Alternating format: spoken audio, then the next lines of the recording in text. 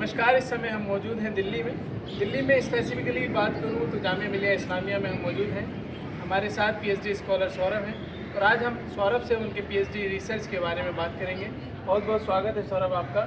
सबसे पहले सौरभ, आप अपना प्रीवियस बैकग्राउंड एक्सपीरियंस थोड़ा सा इंट्रोडक्शन हमारे दर्शकों को दीजिए। मेरा नाम सौरभ है और मैं जामिया से पीएचडी कर रहा हूँ।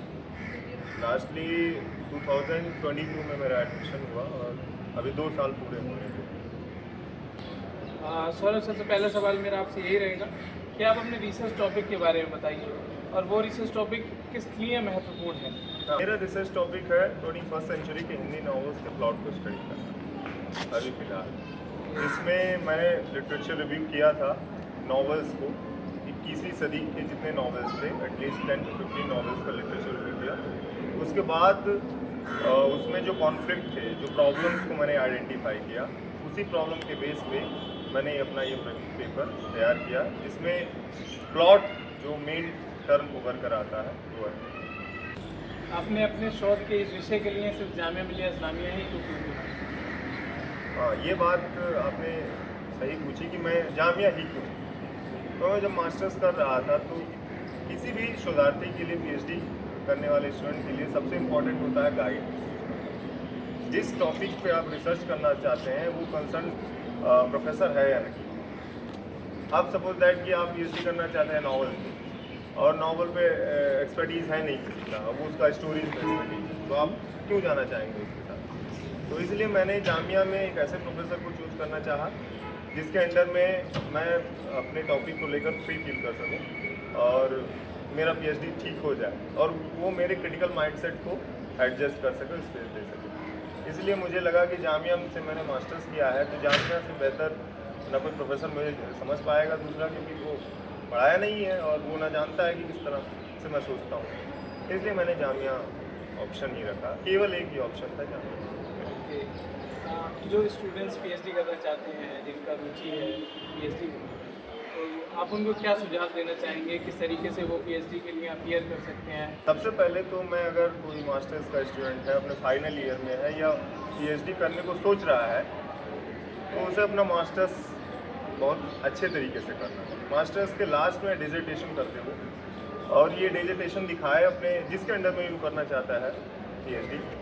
जामिया में अगर करना चाहता है तो बात करें कि कैसे प्रपोजल बनाया जाता है पीएचडी में।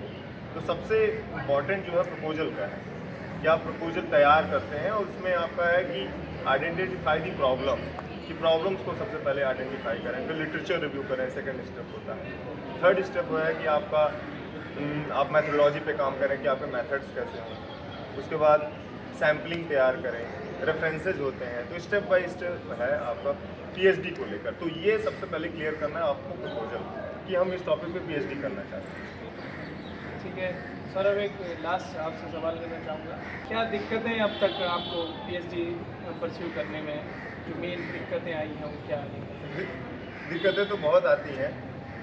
फॉर मी, मेरे लिए तो प्रोफेसर को लेकर कोई दिक्कत नहीं रही, बट रिसर्च करते हुए जो सबसे बड़ी ज़रूरत रहती है कि आपको उतनी फेलोशिप मिल पा रही है कि नहीं। सरकार हमें 8,000 फेलोशिप दे रही है और 8,000 में काम ही नहीं हो पा रहा है। 5,000 6,000 का तो छोटा सा रूम मिलता है के लिए, हॉस्टल इतना अवेलेबल है नहीं जामिया में कि आप कर सकें। तो जो सबसे बड़ी चीज़ ये है कि आपको एक ऐसा इन्वायरमेंट मिले जो रिसर्च ओरिएंटेड, कि आप जहाँ बैठ कर रिसर्च कर सकें। ये नहीं कि आप बीए एमए के साथ हॉस्टल में 3 लोगों के साथ बैठा दिया गया, आप सोच कुछ और रहे हैं, शोर कुछ और आया, उस टेम्परामेंट का कोई है नहीं। तो बहुत दिक्कतें होती हैं। अब एक समस्या ये है कि इस एज में आने के बाद घर वालों से भी उम्मीदें होने लगती हैं कि अब कुछ पैसा अर्न करके देगा और आप रिसर्च में इतना बिजी हो जाते हैं। ऊपर से और प्रेशर आता है कि आपको ये वर्क करके देना है, आपको प्रोग्रेस रिपोर्ट सबमिट करनी है, रेगुलर आपको कैंपस में रहना है, ना आपके पास जॉब है।